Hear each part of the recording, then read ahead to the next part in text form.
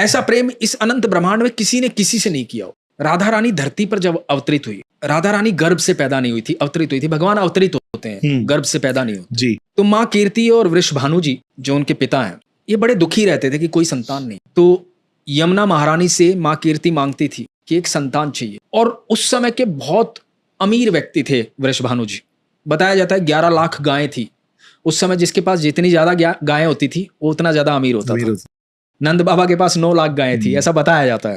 तो वृषभानु जी बहुत अमीर थे, राजा थे उस समय वहां के। संतान नहीं थी, दुखी थे। तो एक दिन माँ कीर्ति सुबह स्नान करने गई तो देखा कि यमुना महारानी जिस तरफ बह रही है उसके विपरीत में एक कमल का बड़ा फूल बहता हुआ आ रहा है। तो बड़ी अचंभित बात थी कि विपरीत दिशा में बहता हुआ कमल का फूल कैसे आ रहा है सुबह सुबह। और वो बहता बहता माँ कीर्ति तक पहुंचा। फूल के अंदर प्रकाश था।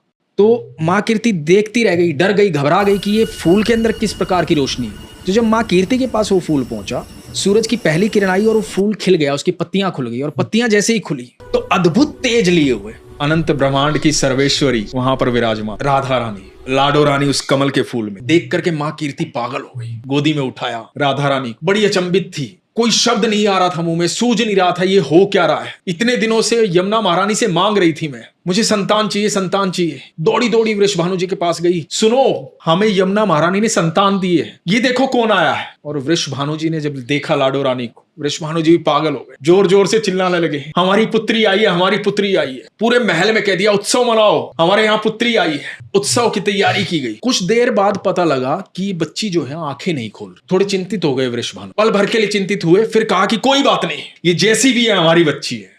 वैद्य को बुलाया गया, वैद्य से पूछा गया। वैद्य ने कहा कि आंखें खुली नहीं रही है, ऐसी ही रहेगी। वृषभानु जी ने कहा कि कोई बात, मेरी संतान है, जैसी है वैसी है, मेरी प्रिय है ये। और समय बीतने लगा। कहा जाता है करीबन 11.5 महीने के बाद यहाँ जेल में कंस के यहाँ, देवकी और वसुदेव के यहाँ अनंत ब्रह्मांड का मालिक धरती पर आता कृष्ण को लेकर के वसुदेव नंद बाबा के घर आते, नंद बाबा को सौंप। इधर जब नंद बाबा के यहाँ कृष्ण आ जाते हैं तो नंद बाबा उत्सव मनाते। बड़े उत्सव की तैयारी होती है कि मेरे यहाँ पुत्र ने जन्म लिया। तो उस उत्सव में न्योता भेजा जाता है वृषभानु जी को, अपनी लाडो रानी के साथ उस उत्सव में आते हैं। इधर वृषभानु जी, माँ कीर्ति और हाथ में छोटी सी बच्ची, और उधर पालने में झूलते हैं हमारे ठाकुर जी। तो माँ कीर्ति की गोदी में छटपटाती है लाडो, नीचे उतरती है, पहली बार धरती पर पैर रखती है और अपने घुटनों के बल चलती चलती पालने तक जाती है। और जब पालने तक पहुंचती है, वहां आंखें मूंदे ठाकुर जो लेटे हुए हैं, जब पालने पर लाडो रानी पहुंचती है तो ठाकुर जी की आंखें खुलती है। जब ठाकुर जी की आंखें खुलती हैं तो इधर लाडो रानी की आंखें खुलती है। मनी मन बात होती है कि इतने महीनों से इंतजार कर रही थी तुम्हारा। तो ठाकुर जी मनी मन कहते हैं मैं भी तो तड़प रहा था वहां वैकुंठ में यहाँ आने के लिए। तो इतना अद्भुत प्रेम कि उसके लिए इतना इंतजार।